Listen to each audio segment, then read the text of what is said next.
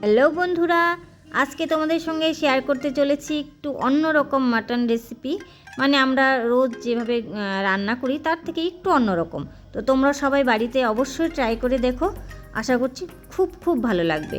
তো আমি মাটনটা আগে ধুয়ে নিয়েছি, 1 কিলো মাটন আছে এখানে। ধুয়ে টুয়ে তার মধ্যে দিয়ে দিলাম হলুদ গুঁড়ো আর লঙ্কার গুঁড়ো আর লঙ্কা বাটা, আর তারপর দিয়ে দিলাম আদা রসুন বাটা আর টক দই, আর এরপর দিলাম লেবুর রস, আর দেব কাঁচা সর্ষের তেল, আর হচ্ছে বেরেস্তা মানে ভাজা পেঁয়াজ। তো এটাকে এখন মানে ভালো করে মেখে নেব। এরপর এর মধ্যে আবার দিয়ে দেব ভাজা রসুন, কয়েক কোয়া ভাজা রসুন আমি হাতে চটকে মাটনটার সঙ্গে ভালো করে মেখে নেব।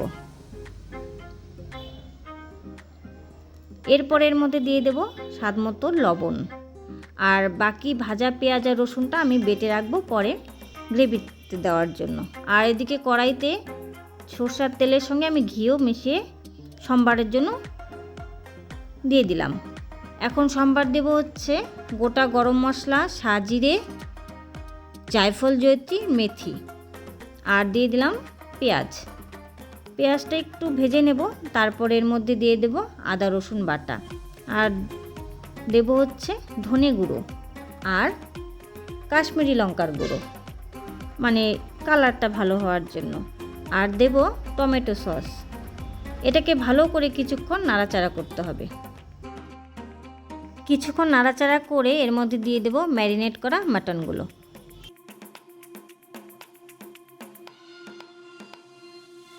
মাটনগুলো দিয়ে আমি খুব ধিমে আঁচে সমস্ত মাটনগুলো নাড়াচাড়া করে মশলার সঙ্গে মিশিয়ে নেব। মিশিয়ে নিয়ে আমি মাটনটাকে কিছুক্ষণ কষাবো।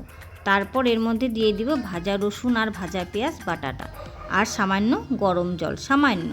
তারপর এটাকে আবার ভালো করে কষাবো।